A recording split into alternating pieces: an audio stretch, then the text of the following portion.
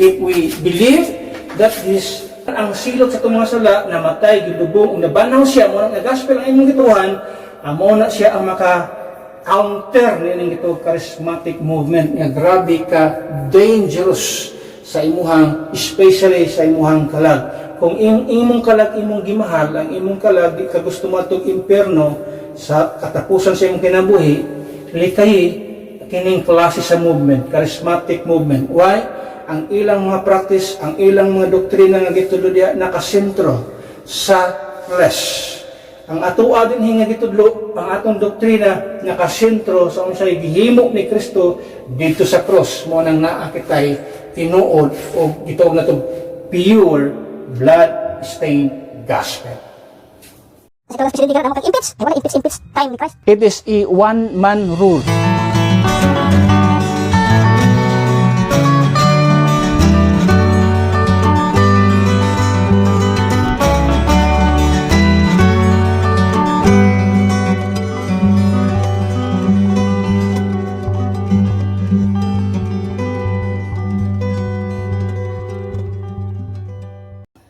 Okay, 1 Timothy chapter 4, verse number 1. Kuwang basahon din sa mga mata.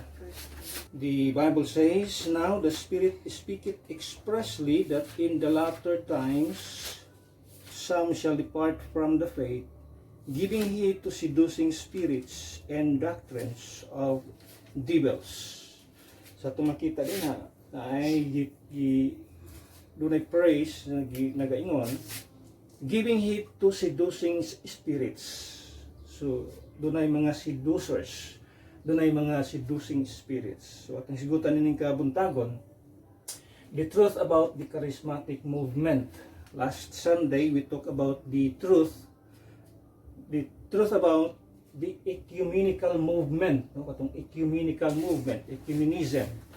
Karon atong sigutan ning charismatic movement, which yung atong makita din sa ato ang gibasa sa pulong sa Ginoo, dunay mga tao nga mangbiya diya sa pagtuo tungod kay they gave heed to seducing spirits. So atong makita din yung gaytag seducing spirits or seduce means allure, enticed. O gigamit sa Old Testament sa time ni Adam and Eve, ang gigamit dito nga term is beguiled, no? The serpent beguiled Eve. The word beguiled means seduce, enticed, allure, or tempt. So kini mga temptation nga gitawag. So kini gitawag charismatic movement. O doon na gitawag enticing spirit or gitawag seducing spirit nga gitawag, no? Kung may umutan-aw ta sa gitawag tradition or traditional na klase sa gitawag worship, di ka makaingon, especially sa atuang pagsimba. Tayo gitawag og singing of hymns. Doon na tayo gitawag og preaching. Doon na tayo gitawag og prayer. So muna na gitawag og bali gatuyok-tuyok lang ba? Routine sa atuang worship service. Pero this movement, this charismatic movement, very enticing, especially sa mga young people. Tingnan siya, grabe na siya ka-enticing sa mga batanon. Nga naman, kay ang mga batanon, mostly sa mga teenagers, mostly sa mga young people, gustong jolly, gustong lively, gusto anang mga grabe ka, hudyaka, sa celebration. Dili sila gusto anang kanang gitawag og worship nga solemn. Opposite sa solemn, morning lively. Opposite pag sa lively, solemn. So, di sila gusto ng solemn nga klase sa worship. Ang gusto ng mga batanon nga sayaw-sayaw, tas-tas ang kamot, may mga suga nga magsiblak-siblak sa mga gusto sa mga batanon. So, mo ni ang practice sa gitawag charismatic movement. Now, kung natong tan-aw, no, in our generation, few movements para sa atong ito na itong milabay, no? The other Sunday we talk about ecumenical movements. So kini charismatic movements, few movements have spread as rapidly, as dangerously as the charismatic movement. No? It appeals to the emotions, promises miracles, and claims fresh revelations from God.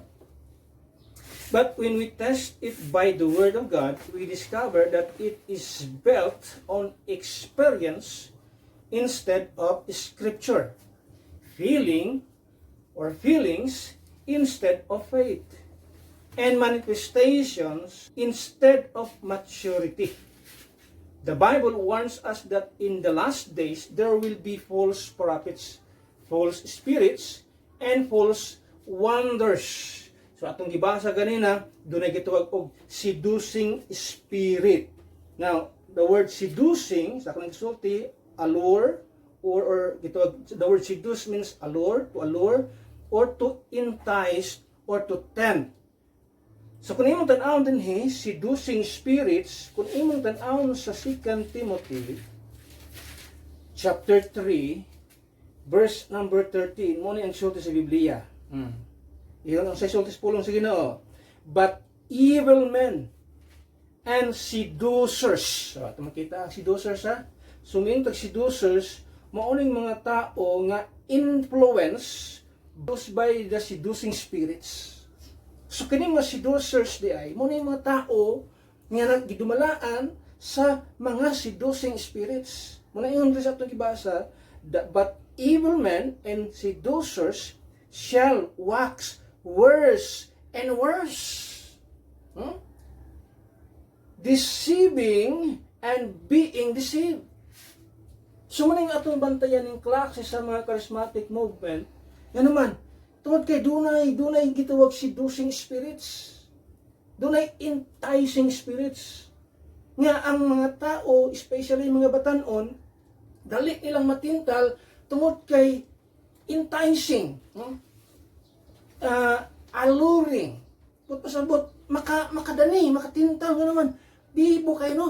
Pakpakamot, magsayaw-sayaw, maghudya ka, pero may ang panimbahon. So, kung batanon ka, young people ka, mo gani mo gusto. Alam mo, ito sa kasimbahan nga, aminaw ka sa mensahe pulong sa Ginoo. Ang kanta, solim kayo. Adto ka sa magmato ka simbahan mo paminaw nimo og unod nun ang imong pagkakristohanon, maboring gyud ka, mabored ka sa klase sa likod solemn nga worship. So wala ka kitag enticing spirit diha nga naman. Boring ang kanta. Ang wali puro sa kamaturan masakitan ka, pero most of the time magtan-aw ka sa especially sa mga gitawag og mga preachers kasi ang mga tao di gid ganahan, especially mga young people, di man ang magpabadlong ang young people. Lisod badlongon, no? Gahig mga ulo. So ato makita diha, dili enticing ang klase sa panimbahon when we talk about solemn worship. So dili siya enticing para sa mga batanon, young people. Pero kini nga klase sa gitawag practice, kini nga klase sa gitawag og worship kuno, very enticing. That is why atong gibasa diha, dunay mga seducers nga ingon sa Biblia shall wax worse and worse. Ang sa ilang katuyuan, deceiving because they themselves are being deceived. So kining matuhana mga nailad ra pod. So that's why ato na siyang kinahanglan nga tun-an kay ang gitawag og kining gitawag charismatic movement is just like an umbrella. No? It is just like an umbrella. Dili ni siya usa ka religious groups, kundi usa ka practice nga gina-adapt sa nagkalailahi nga mga religious groups. No? Practice siya nga gi-adapt sa nagkalailahi nga mga relihiyon sa kalibutan. No? Doon sila common nga practice, doon sila common nga beliefs about nga ng or certain beliefs nga makita diha nga mo ilang gina-promote. So, ako na kasulti, muna siya umbrella ang ito charismatic movement, umbrella siya diha, nga na mga denomination diha under that banner nga nagasunod niya ng anak nga gituwag nasa ilalom niya ng umbrella o naga-promote sa gitawag og certain beliefs nga ato makita di karon ato ng pagatun-an. So sani siya ka umbrella lang ni siya. Kining gitawag charismatic movement, no? Moral ni siya umbrella nga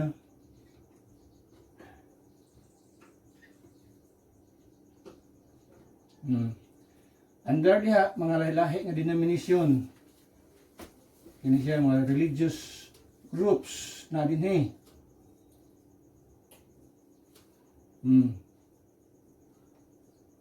Religious groups under anak nga banner charismatic movement. Na ay mga charismatic nga tunay mga naa sa Pentecostals, naay sa gitawag Catholic Church, na naay gitawag sa mga Protestant groups, mga evangelical churches. So naa diha under niya na. So makita nato sila kinusa ning mga tawhana kung mauni sila ang mga practice. So mostly diha usa niya na kining gitawag nila baptism of the Holy Spirit, which kung imong tanawon naa sa Biblia, pero dili siya ang explanation nila sa baptism of the Holy Spirit is second experience aside sa conversion, second experience siya, another experience daw. Pero sa Biblia ang baptism of the Holy Spirit is during sa conversion sa tao, during sa salvation. Pero sa ilaha ang baptism of the Holy Spirit another nga experience sa ilahang Christian life. Mo na ilahang pagtuo sa gitawag og baptism of the Holy Spirit. And the evidence sa ilahang baptism of the Holy Spirit is mo na dahil ng speaking of tongues. So kung di ka speak of tongues, mo bitaw nang sa ilahang practice, murag na ay duha ka klaseng Kristohanon, na inferior nga Kristohanon at na superior nga Kristohanon.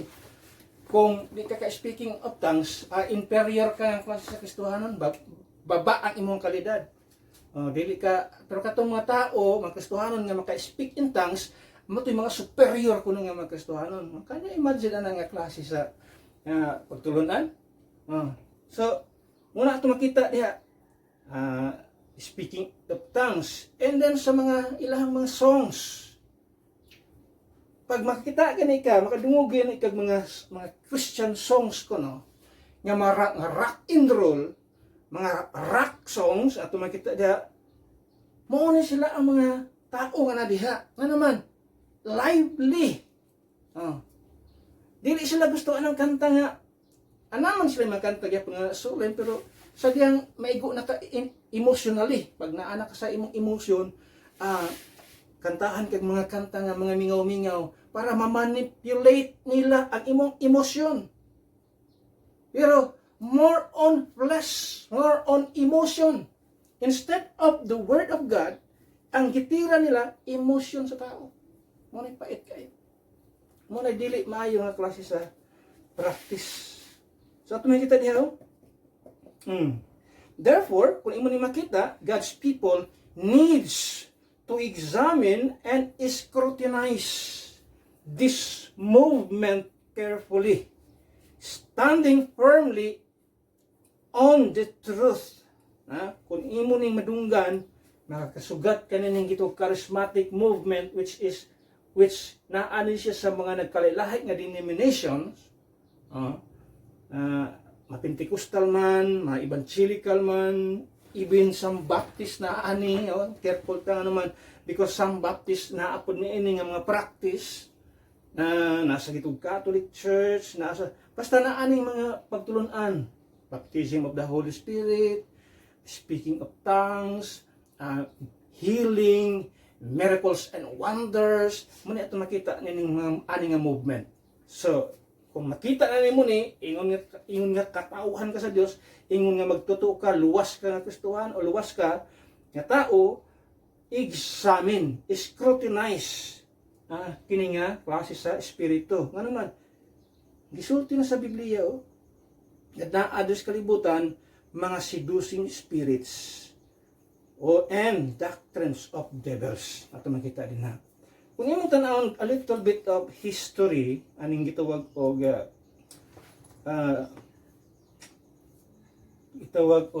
sa charismatic movement. The classic Pentecostalism movement usually traces its design to the early 20th century with the ministry of Charles Parham and subsequent ministry of William Joseph Seymour and the Azusa Street Revival. Its unique doctrine involves a dramatic encounter with God, termed baptism with the Holy Spirit. Some believe that speaking in tongues was evidence for having had this experience. So, I quoted sa Wikipedia. Sa Wikipedia, muna ang ilahang, diya sila na ila. Before 1955, the religious mainstream did not embrace Pentecostal doctrines. If a church member or clergyman openly expressed such views, they would separate from their existing denomination. However, by the 1960s, many of the charismatic teachings were gaining acceptance among Christians within mainline Protestant denominations.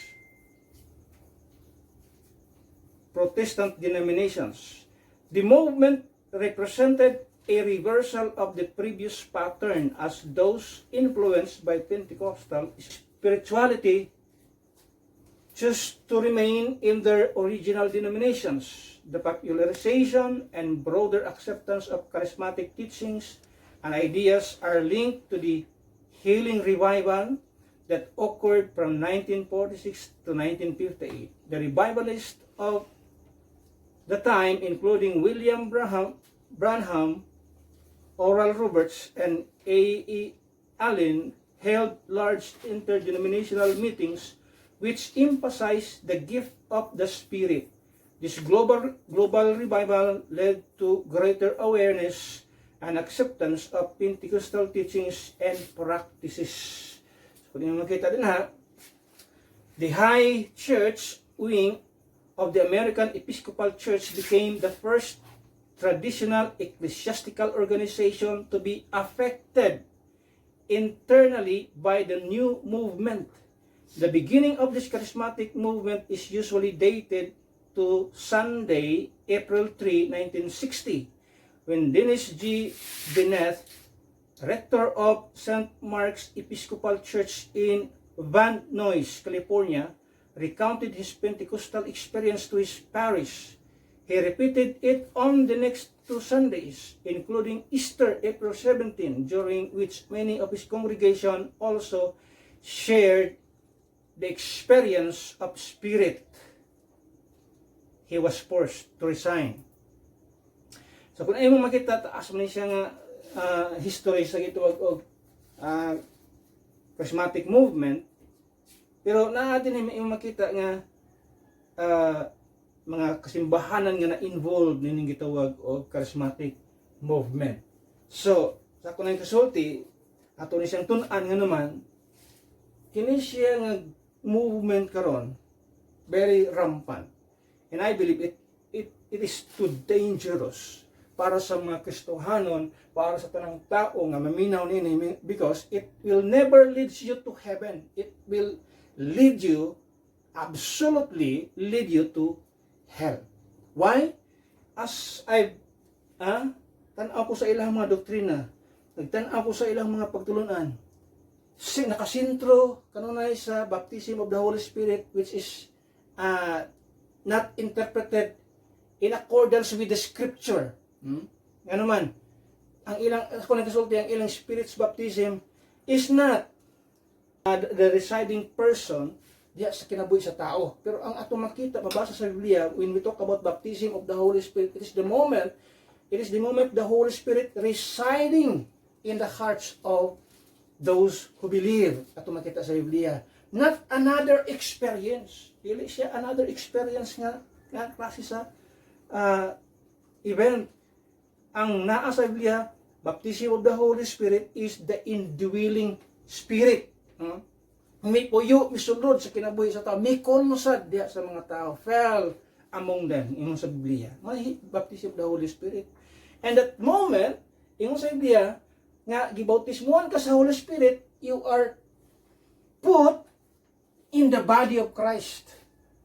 Muna ito makita sa Biblia. Pero ilaha lahi. Lahi. Speaking of tongues. Pero kung imong tan-awon, mostly sa ilang practice, mostly sa ilang doctrine, dili ni ang sentro. Never. Ika kadungog. Adunay gospel nga gimensyon. Can you imagine ana? Never nga nag-mention about the blood of Christ. That is why it is too dangerous kung maminaw ka ng klase sa movement. Maminaw ka ng klase sa mga grupo, mga klase sa mga magtutudlo kono, but they never preach about the blood of Christ, about the blood-stained gospel na naa sa Biblia. Muna ako nakita, naobserbahan sa ilang pagtulunan. Nakasentro permi, baptism of the Holy Spirit, nga lahi ang interpretation, speaking of tongues, healing and miracles and wonders, asa pa, prosperity, yun sila ang ilang kanunang iwali. Faith always provides wealth. Muna ilang pagtuo nga, kung na kay pagtuo, ang sunod ana, bahandi. But, try to tanawa ang mga teachers din ha, tanawa ang mga false preachers nga nagtudlo diha. Sila na ni dato. Pero ang mga membro, kung makaluluoy kayo. Maning klase sa mga tao dili ni ang ngayon nga paminaw na naman. Dili ni siya mo magdala kanimo padulong sa langit kining katudloanan sa charismatic movement. It will send your soul to hell. Kung kini imong paminawon, padulong jud kag impierno. Why? Asa kong sulti, no gospel. No blood of Christ. No blood-stained gospel preach ang sentro sa ilahang pagtulunan. No.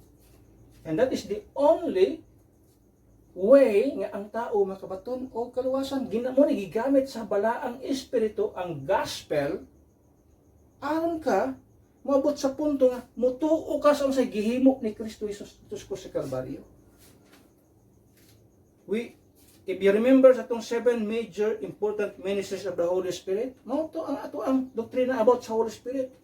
We talk about the Holy Spirit, pero not in the same sa ilahang teaching nga porta kalayo sa pulong sa Ginoo.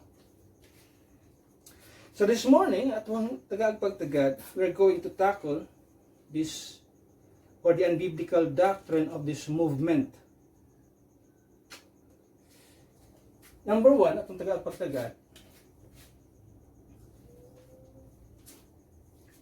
And as we know the truth about this movement, you will never be a member of this, you will never be a follower or a member of this movement because, atong makita din because of false foundation. Unang butang, doon na gitawag atong makita diya, false foundation.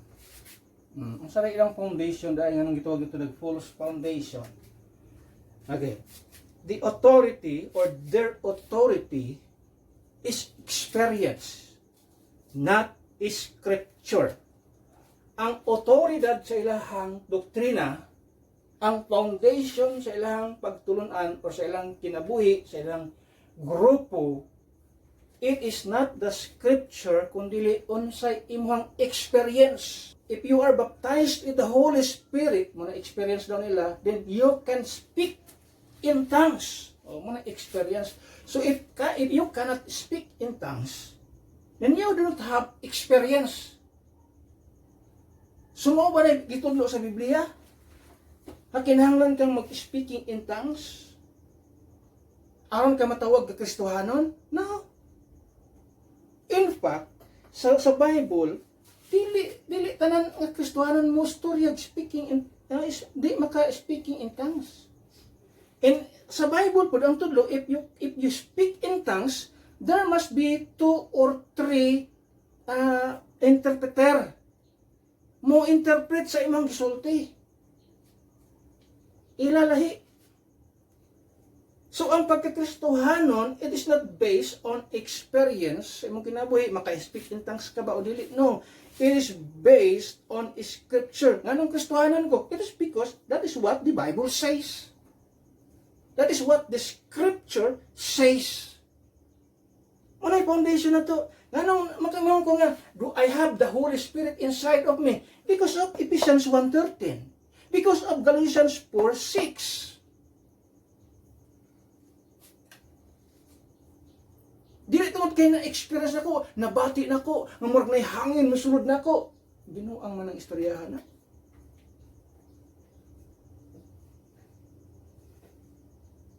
Unya lahi ra ba ang ilang pagsudlog sa espiritu kay magsiglokso-lokso, magsigpalakpak, magsayaw-sayaw sa tunga.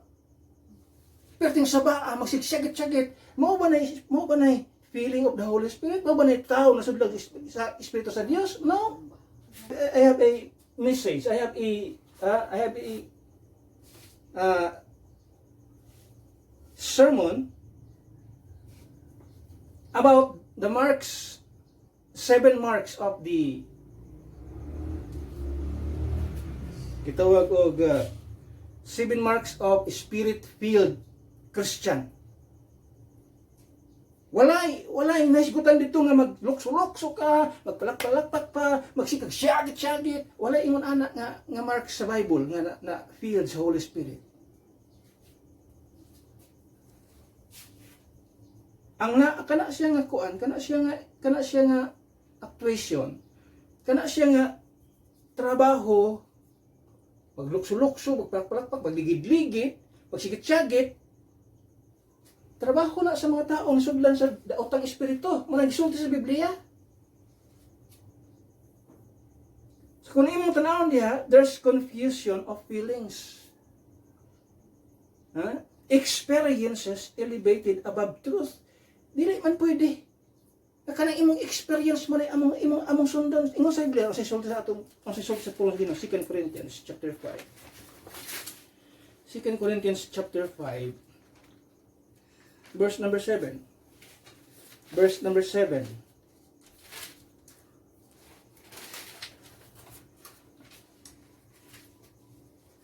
Ang saysol sa Biblia, for we walk by faith, not by sight. Dili tungod sa nakita na mo sa tao. Ang atong paglakaw sa atong kinabuhi nga Kristohanon, it's not based on what we have seen. It is based on our faith. Ino sa Biblia, for we walk by faith and not by sight. Dili ito sa imong nakita diha o sa imong na-experience yan diha. No. We walk by faith and not by sight. It's not about feelings. It's not about experiences. So there are a lot of confusion of feelings sa ilang kalibot, sa ilang kaliwala. I-elevate nimo ang gitawag og experiences rather than the truth. The truth is the word of God. This is the truth. Mo ni atong sundon. Dili tungod sa imong experience. Nga nagsikag sayaw-sayaw da, nagligid-ligid ka sa imong simbahan niya, singgit-singgit. Mo na imong experience. Di na mo imong ginasunod. Di na mo sundon sa Kristohanon. Kay kana siya mga actuation na sa mga tao na sudlan sa demon spirit or demonic spirit or mga sudlan sa demonyo. Di na may trabaho sa puno sa balang espiritu. Not only there's a confusion of feelings, there is a corruption of revelation. Usa na silang mga doktrina kanang revelation, mga new revelation. Can you just imagine na? The Bible is complete. There's no need of new revelation. Wala, dili na gikinahanglan. Modern prophecies added to scripture. Mga revelations ilang mga leaders ko mga modern revelations, mga modern prophecies, ginadugang nila sa Holy Scripture, sa Scripture. But we believe ang atong Scripture, sa Biblia. 2 Timothy 3:16. 2 2 Timothy 3:16. Ang sisulti sa pulong sa Ginoo, all is scripture. All is scripture. In other words, it is complete. In other words, no need for new prophecies. We do not need modern prophecies, new prophecies. In other words, all is scripture. Kompleto ang scripture, kompleto ang pulong sa Ginoo. All scripture is given by inspiration of God and is profitable for doctrine, for reproof, for correction, for instruction in righteousness. If we want to live in a righteous way, we have to follow the scripture.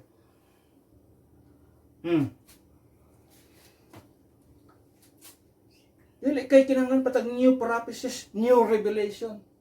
Dili na nakikinahanglan. There is also a counterfeit apostles. Naman sila mga movement nga, mga apostles, tawag sila mga leader gani, mga apostol ang tawag sila mga leader. Si apostle kuan, si apostle, can you imagine in class ng mga tao? The time of the apostles are over sa dihang, although sila lang ang gitawag mga apostles, kaya na ay mga requirements to become an apostle. Even si Paul, he was called an apostle. Ano naman? He saw Christ personally. Isa na sa mga requirement, being an apostle. Kita ka ni Kristo mismo. Paul was one. So there's a counterfeit apostles claiming restored apostles or prophets. Pero ato makita sa Bible, remember nga ang Bible naghatag og warning, there are false apostles. Ato nang gibasa ato milabay, 2 Corinthians 11. 2 Corinthians 11 yung sa Biblia diha. May atong bantayan kay dunay mga taong nag-claim nga mga apostle sila. Ang sulti sa Biblia, 2 Corinthians 11 verse 13, for such are false apostles, deceitful workers, transforming themselves into the apostles of Christ. Ay mga tao diha nga nag-claim nga mga apostles. So ato nang muna bantayanan ni mga tao ni. Not just only false foundation, but also gitawag ato makita din sa ilaha is doon na gitawag false fire.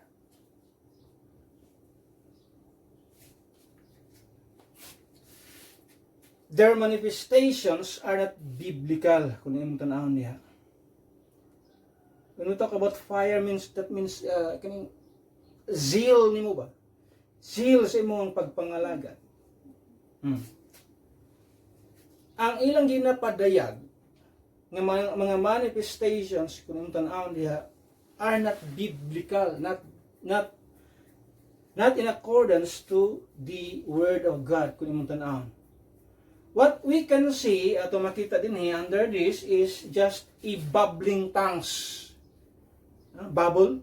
Mura ito madunggan sa ilaha. It is just a bubbling tongues. Unlike the real languages of Acts chapter 2. Kung imong tan-awon, Acts chapter 2, when the apostles spoken in tongues, na ay mga language nga itong tanaw na Acts chapter 2. Di na siya bubbling tongues kining nahitabo sa Acts chapter 2. The moment the Holy Spirit filled the apostles, kung imong tanawon diha, kini verse number 3. Acts 2:3, and there appeared unto them cloven tongues like as of fire, and it sat upon each of them. And they were all filled with the Holy Ghost, and began to speak with other tongues, as the Spirit gave them utterance. So, ang makita diha, other tongues. And there were dwelling at Jerusalem Jews, devout men, out of every nation under heaven. Now when this was noised abroad, the multitude came together and were confounded, because that every man heard them speak in his own language. So, kada tao, kada nasod, nga dunay iyang lingwahe, nga miadto dito, naminaw kang Apostol Peter, nagwali, ang iyang ginapaminaw, ang iyang lingwahe. Kung imong tanawon, panangitan itong example, kung naay Pilipino na nakapaminaw dito sa speech ni Peter, ang iyang pangdungog, Tagalog. Even though si Peter nagsulti siya in Greek, pero ang naminaw na Pilipino, Tagalog ang iyang nadunggan. Yung siya, maayo lagi ni Pedro mo Tagalog. Pero dito Tagalog ang gisulti, ang gigamit niya, Greek language. Or nito Hebrew language. Pero kung yung tanan diha, Greek mo gud ang known sa especially sa time sa New Testament.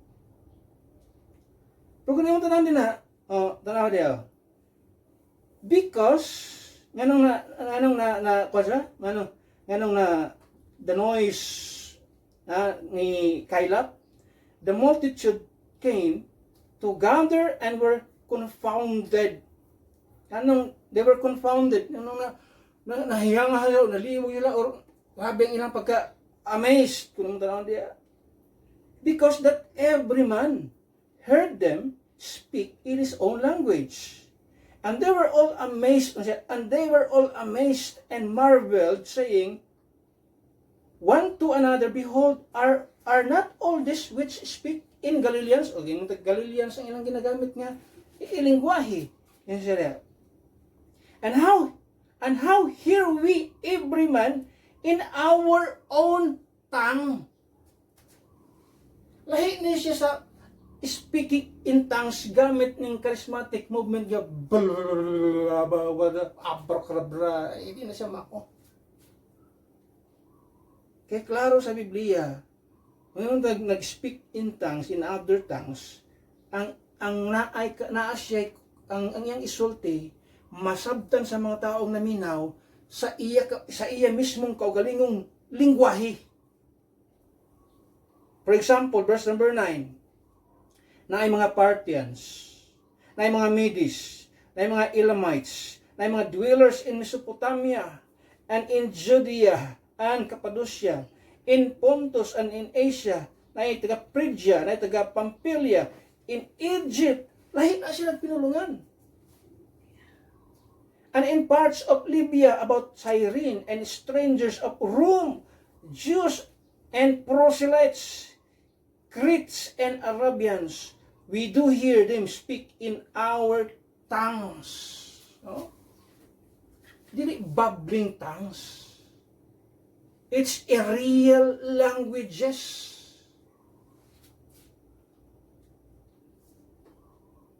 Muna yung manifestation.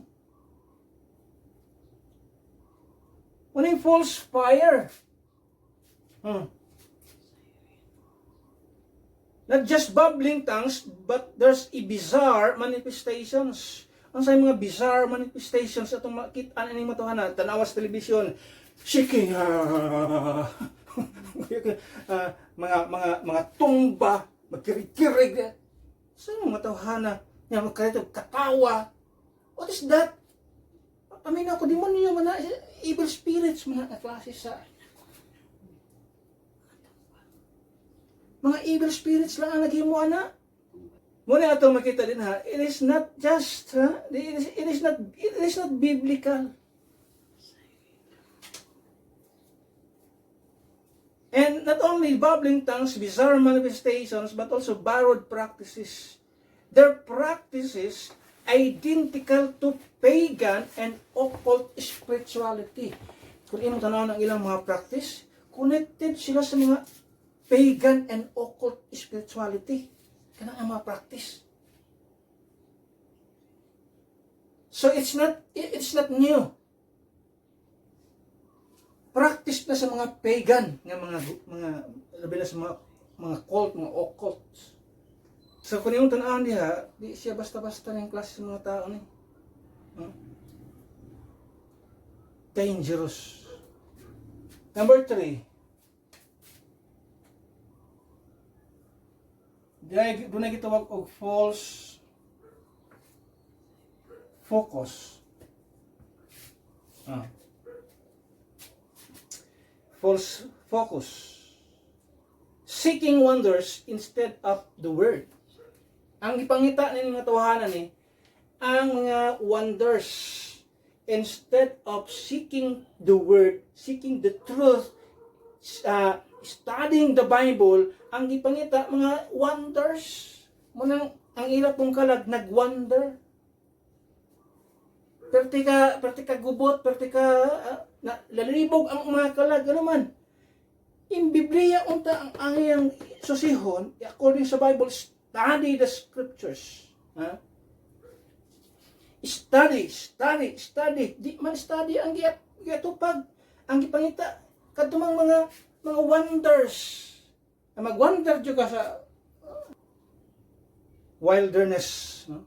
Mag-wonder ka sa wilderness kung muna imong ginapangita ng mga wonders. Imong tan-aw din na, sensationalism over salvation. Ang ilang gusto kung say gusto sa ilang mga unod mga sensation, no? Kanang bitong ang ilang authority kanang unsay ilang nabatian sa ilang adlaw-adlaw nga kinabuhi, dili na siya mao. Ang atong pinaka-importante diri ang kaluwasan. Dili unsay imong nabatyagan, unsay imong nabatian sa matag adlaw nimong pagkinabuhi. No. Salvation is the most important thing sa atong kinabuhi. Mao na pinaka-focus dapat unta sa tao nga unahon niya iyang kaluwasan. Romans 1:16, ingon si Apostle Paul, "For I am not ashamed of the gospel of Christ, for it is the power of God unto salvation to everyone that believeth, to the Jew first and also to the Greeks." Salvation is mo'y pinaka-focus na to.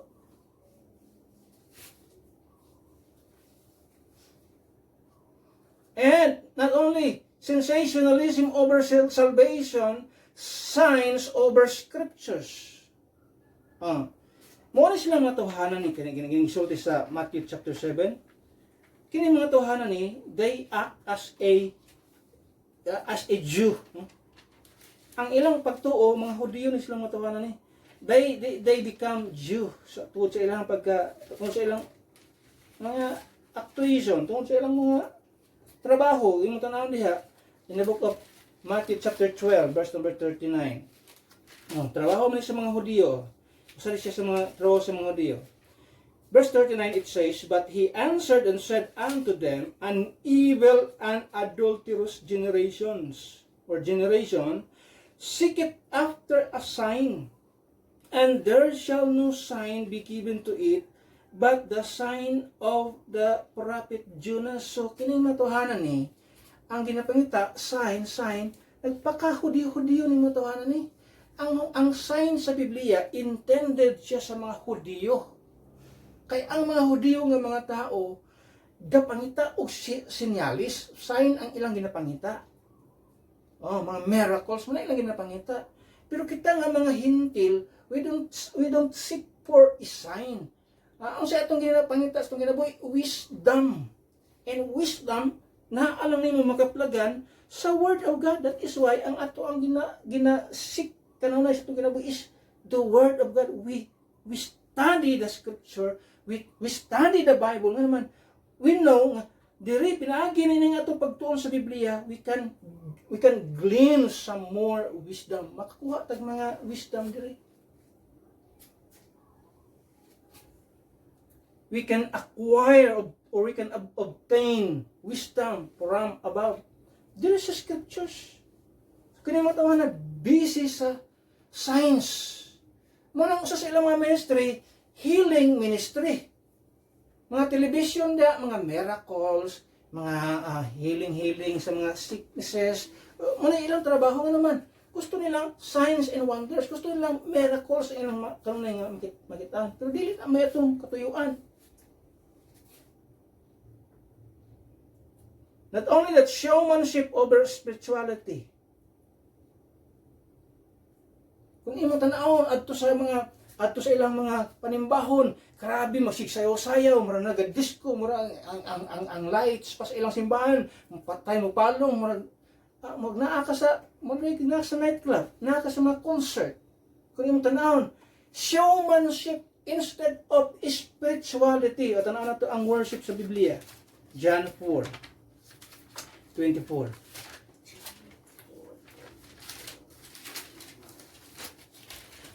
John 4 verse number 24. It says, God is a spirit, and they that worship Him must worship Him in spirit and in truth. Dili itong showmanship. Dili itong hudyaka, sayaw-sayaw diya. Grabe yung kanya. Makapunta na, is that worship? Ang ilang worship, murag concert.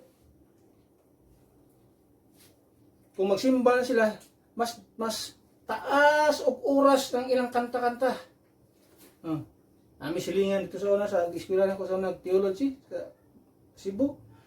Tapad sa among simbahan.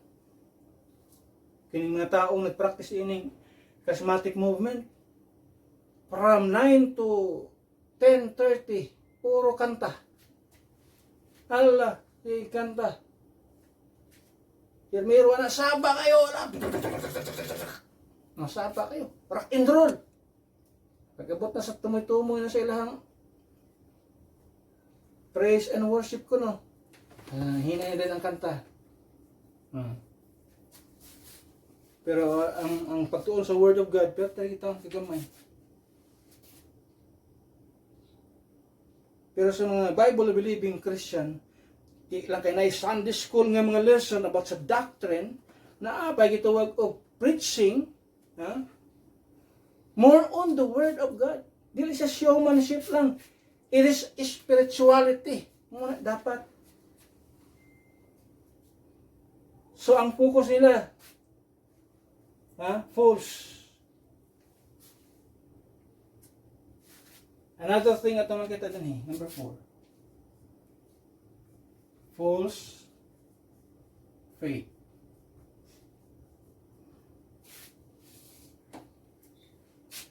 Their doctrine of healing and prosperity is corrupt. Muna ilang kasagaran, healing and prosperity. Let's look at their faulty promises. Sa ilang promises, guaranteed healing. Dahil anay mo mga masakitun din garantisado, maayo na.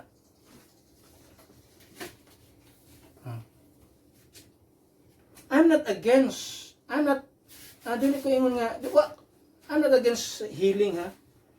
God can heal sa mga sakit sa tao. Pero kung muna imong ministry, healing ministry, masulti sa 1 Timothy 5:23. 1 Timothy 5:23.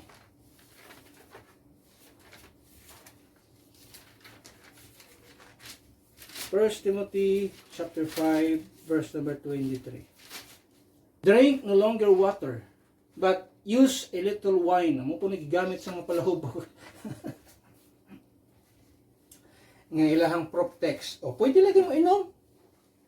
Pwede man mo inom. Sa sulti pwede mo inom. Man isulti diha nga drink also. Man isulti diha usa ka kiss nga beer, isa ka karton nga tanduay. Isulti diha. Iyon sulti sa Biblia, use a little wine for thy stomach sake. Kunya na purpose. Nanong mo inom ka og wine, it is because of your stomach ache. For stomach's sake. For your stomach's sake. Pasabot na kay sakit sa tiyan. Yung sabiya, use a little wine. Pero dito itong wine, ang wine karon lahi mo ng wines karon og wine sa unang panahon. So naay kuan ba naay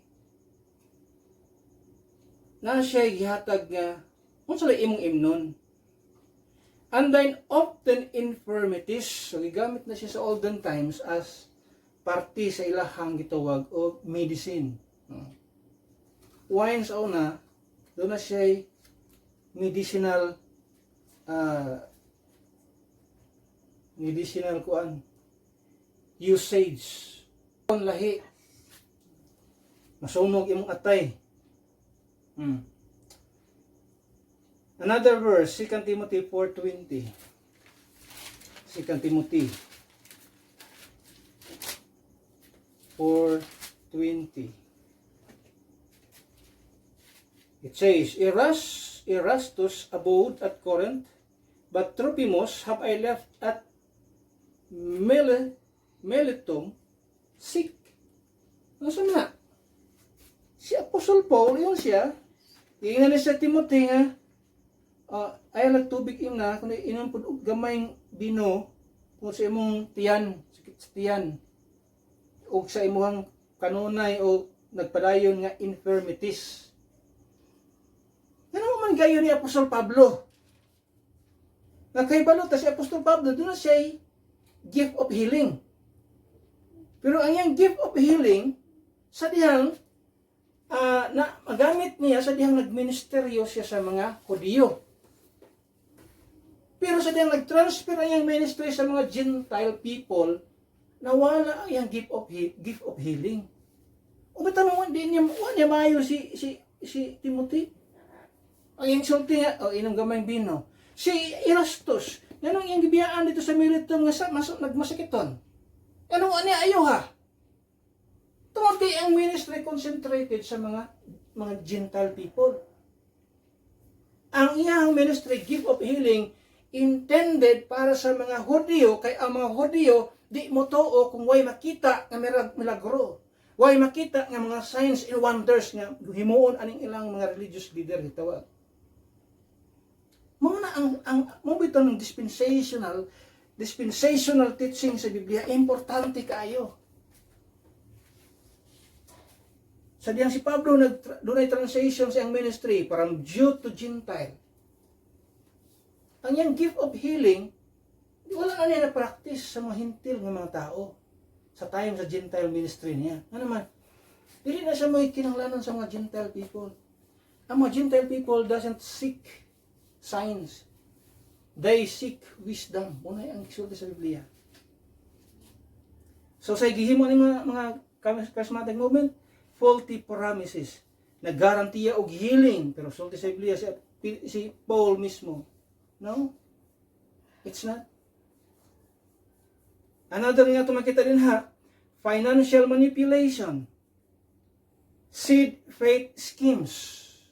Ang imong pagtuo, your faith, ang sunod ng imong pagtuo provides wealth. Your faith provides wealth. Kanya imagine ang klase sa mga prosperity gospel ganini nga mga tao. Kung dili ikaw Kristohanon ka, kung di ka i-bless, wala kay wealth, dili ka tinuod na yung Kristohanon, piki kang Kristohanon. So ang imong pagka-Kristohanon nagdepende kung mo dato ka o dili. That is false faith. Na Kristohanon ko, regardless of my financial status, regardless of my financial, sa kahimtang ako financially, it's not the evidence na Kristohanon ko o dili. Kristohanon ko, it is because of what the Bible says. Ang sana lang itong mga unang Kristohanon nga ipambiligya ang mga kabtangan, ipanghatag-hatag sa mga baliktad. Sa una, ang mga Kristohanon nga tinud-anay, ang ilang pagkadato, ang ilang pagkakwartahan, ang ilang mga kabtangan, gipangbaligya aron itabang sa mga nagkalisod-lisod ng mga Kristohanon. Karon lahi ang mga piki nga mga Kristohanon nangita og mga kwarta sa mga tao, gipangwartahan ang mga tao aron mo gather og bahandi sa ilahang kinabuhi. Muna yung mga piki nga mga Kristohanon.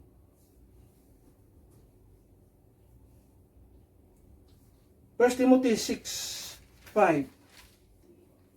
Verse number 5.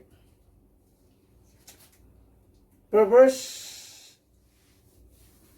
disputings of men of corrupt minds, and destitutes of the truth, supposing that gain is godliness. From such, withdraw thyself. Ang sa isulti sa Biblia, kining mga tao nga nag-suppose nga ang ginansya, kung mudato ka, na kay dakong ginansya sa kinabuhi, mo godliness. Ang sa isulti sa Biblia, withdraw thyself from such.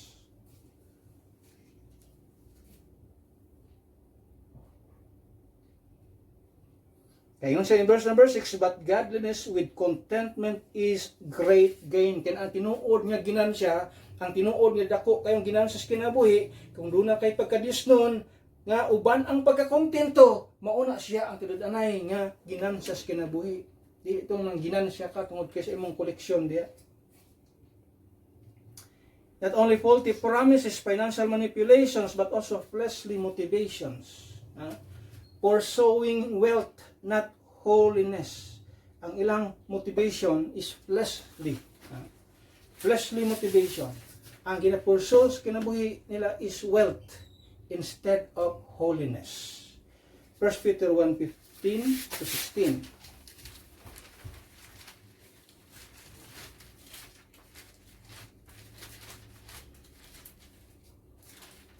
Verse 15, it says, but as he which hath called you is holy, so be ye holy in all manner of conversation, because it is written, be ye holy, for I am holy. Our pursuit is holiness, not wealth. Number 5. So tayo gitawag og false fruit.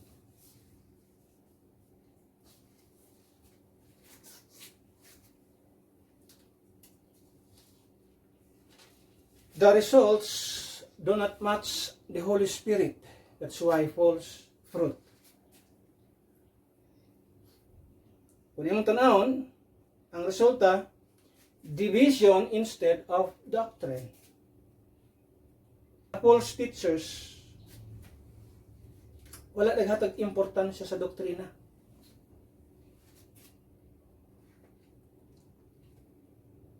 Kita ang atong tagag importansya ang doktrina. Romans 16:17.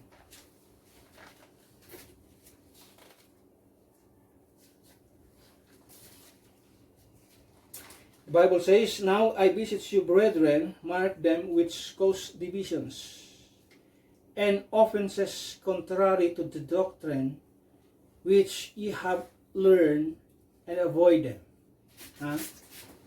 Kining klase sa practice, kining klase sa mga teaching ini, naghatag og division sa body of Christ. Instead unta nga mag-strengthen sa doctrine,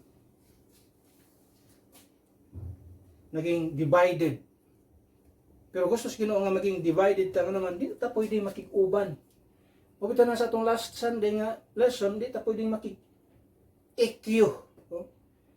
Impossible to have ecumenical or makik-EQ ta, makikiusap ta, makiisa ta, especially kung ang doktrina na ang nakasalalay diha. Emotions instead of edification. Ang ato adri is to edify. Kana bang ma-challenge ta? Dili itong pildihon kara tungod sa imong emosyon. Nadaog ra ka kay gimanipula ang imong emosyon. Dili sa Biblia, edification ang atong kinahanglan. Pag-strengthen, pag-encourage sa ato ang usag-usa nga magpadayon sa atong pagkakristohanon, magpadayon sa bulaton mo na edification. Di itong gimanipula ka emotionally. And most of these people manipulated sa ilang emosyon.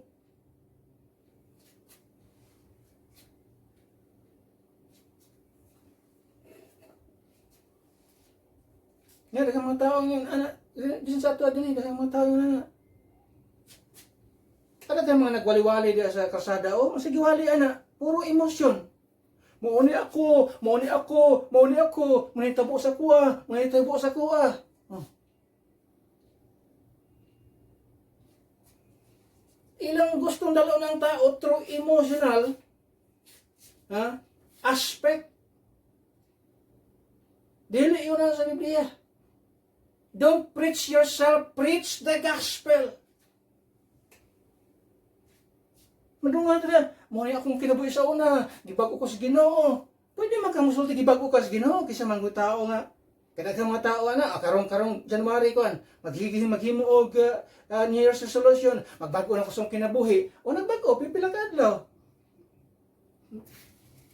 Pabot pila ka bulan, ang balik na po, naangdan, na naman.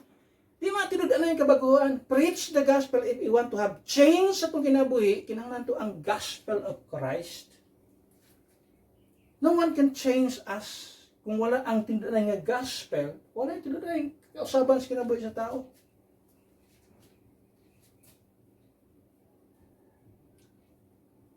And I know nga nung kating bisihan nila magwali din nga naman. Offering. Kwarta. If you have a lot of members, sa imong simbahan, dili ka mga tag-offering, daghang mga tag-diha o nagtudlog mga tithes diha. Mga offering, usapang offering din ha, mga first fruits offering. So, makakwarta gid sila. Pero dili na mo itong intention, dili na mo itong gusto. Ang atong ma-edify sila sa truth, ma-edify sila sa ang word of God. Ma-encourage sila. 1 Corinthians 14,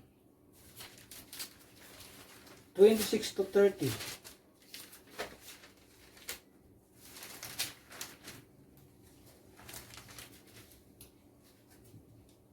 Okay, 1 Corinthians 14, verse number 26 to 33. How is it then, brethren, when ye come together, every one of you hath a psalm, hath a doctrine, hath a tongue, hath a revelation, hath an interpretation. Let all things be done unto edifying. Verse 27, if any man speak in an unknown tongue, let it be by two, or at the most by three, and that by course, and let one interpret. Tudlo sa Biblia. But if there be no interpreter, let him keep silence. Ang klaro sa Biblia, instruction din. Mga instruction sa pulong sa Ginoo. Klarong-klaro. Let him keep silence in the church, and let him speak to himself and to God.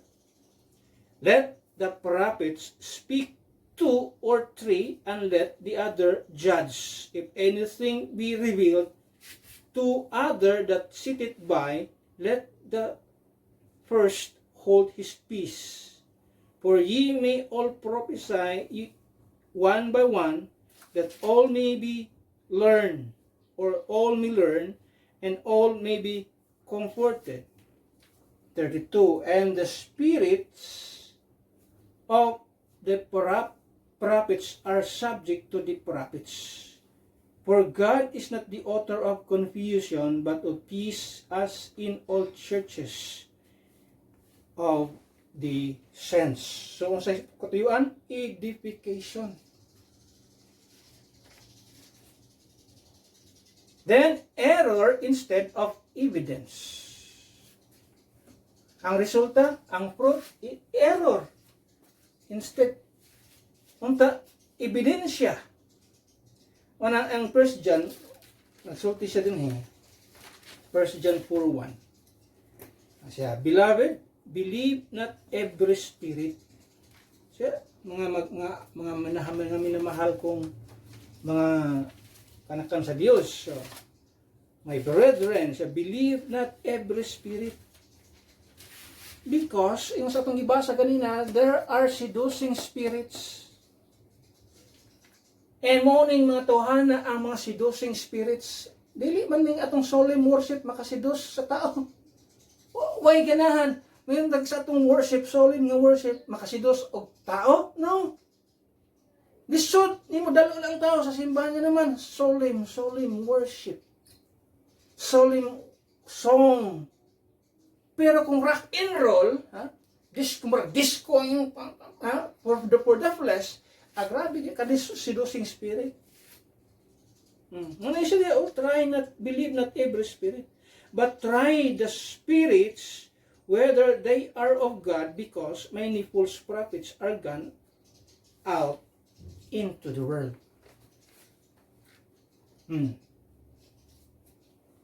So ang fruit, ang ebidensya, ang fruit atong makita, error instead of evidence, biblical evidence. Sa ilang practice, division, may fruit, emotion, instead of edification, error instead of evidence. May fruit, false fruit. Tapusan, number 6. False firebrand.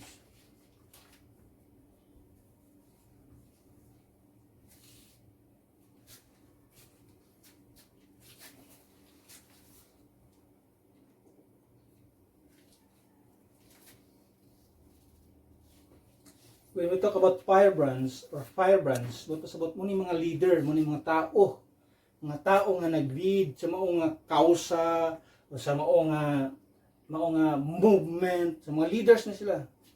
Their leaders fail the test of the scriptures. So kung imong i-test ang mga leaders nining mga aning movement, charismatic movement, they failed. Yung makita din na. Una, sa mga leaders nining grupo, doon ay gitawag natog failed prophecies. Na sila yung mga propesiya, hindi pang prophesy, failed. O usay sulti sa Biblia sa mga prophets o nagpropesiya, na dili tinuod, Deuteronomy 18:22. Ano yung sa Biblia?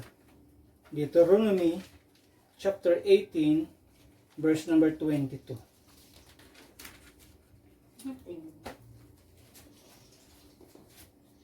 Okay. Verse 22, it says, when a prophet speaketh in the name of the Lord, if the thing follow not, nor come to pass, that is the thing which the Lord hath not spoken, but the prophet hath spoken it presumptuously, thou shalt not be afraid of him. So naay mga test sa ka-prophet. Sa mga prophet, kinahanglan nimo i-test. Kung ang ilang istorya, kung ilang propesiya, dili gani na mo matuman, ayaw kahadlok ka ng klase sa mga prophet. So according sa test, nini mga firebrands, mga leaders nini gitawag charismatic movement, so doon ay mga failed prophecies ato makita sa ilahang pagkatao. Kaya ang standard sa Ginoo, kung ang ilang propesiya dili matuman, dili mahimong tinuod, ang mga false na sila, false prophets. Nga naghimo og false prophecies. Ano na nga ito makita na, not only failed prophecies but also fake miracles. As we test these firebrands, these leaders sa mga movement, nga nagpakaroon ingnon nga mga miracle workers sila, daghan kayo makita diyang fake miracles. Kung sa ito makita, stage healings. Emotional manipulation. Kanang kasagaran makita nga mga milagro sa ilahang television, televised nga kuan, nga event. Yeah, tinuod. Mga stage healings nga siya pasabot di na scripted na siya daan. Mga scripted yung mga klase sa ng tao, mga tumba. Ha? Kita nagtanaw video kayo na yang lambus-lambusan iyang mga membro. Tumba ang mga tao. Yan. So dapod, lambusan niya siyang kanang coat, baka nang yang Amerikana, yung suot. Lambus-lambusan niya mga tumba ang mga tao. Mga stage, mga scripted nga mga trabaho. Iyang ina niya, sa tayo isulti niya, slain by the Spirit. Yang mura lagi mga karton sa salida, sungguko ba, kami-hami wave. Ang katawan na. Tatawanan niya, tumba daw mga miyembro. Tapos loko ng agtang, tumba. Tapos slain by the Spirit, tumba. Kada, tumba. Oh. Saan yung klase sa mga tao? May mga stage. Stage scripted yung mga panghitabo. So muna yung mga fake miracles, mga scripted nga event, scripted yung mga act. Mga kuha niya siya mga tao ng mga muna deceivers, mga seducers, deceiving because they themselves are being deceived. Failed prophecies, fake miracles, mga fierce wolves. Kung sa isulti, Acts 20 verse 29. Muna ang warning sa pulong sa Ginoo. Kaya lang tayo magmatngon na naman. Because, yes, siya, Apostle Paul, maabot niya sa inyong panahon. And nag-abot na yun rin ito ang charismatic movement. Acts 20 verse number 29. The Bible says, "For I know this, that after my departing shall grievous wolves enter in among you, not sparing the flock." Magbantay ka. Kaya naghatag na si Apostol Pablo og warning ini. Pag ang Bible maghatag na gani og extreme nga warning, di na siya basta-basta. Kinahanglan ta na magmatngon. Kay mosulod kini mga grievous wolves. No one shall be spared. Yung sabi niya, not sparing the flock. It will mo enter siya among you, mosulod sa inyo mga doktrina, mga pagtulunan, mga katudluanan ning mga charismatic movement. Baptism of the Holy Spirit, speaking of tongues, miracle and wonders, healing, kining gitawag og wealth, mga prosperity gospel gitawag ato. Muna sila ang kasagaran ang nagtuyok-tuyok, nag-evolve sa ilang komunidad. O muna ang musulod sulod di siya sa even sa among mga Baptist. Mabatan ng mga Baptist karon ana po yung mga rock and roll. Sama na sa ilang ginagamit. That is why the solemn or the extreme warning kinahanglan siya or extreme danger, kinahanglan extreme measures.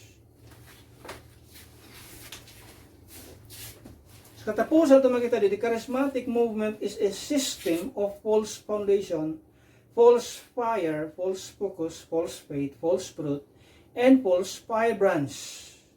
Therefore, let us remain faithful, standing firm on the final, finished, flawless Word of God, which is our King James Bible.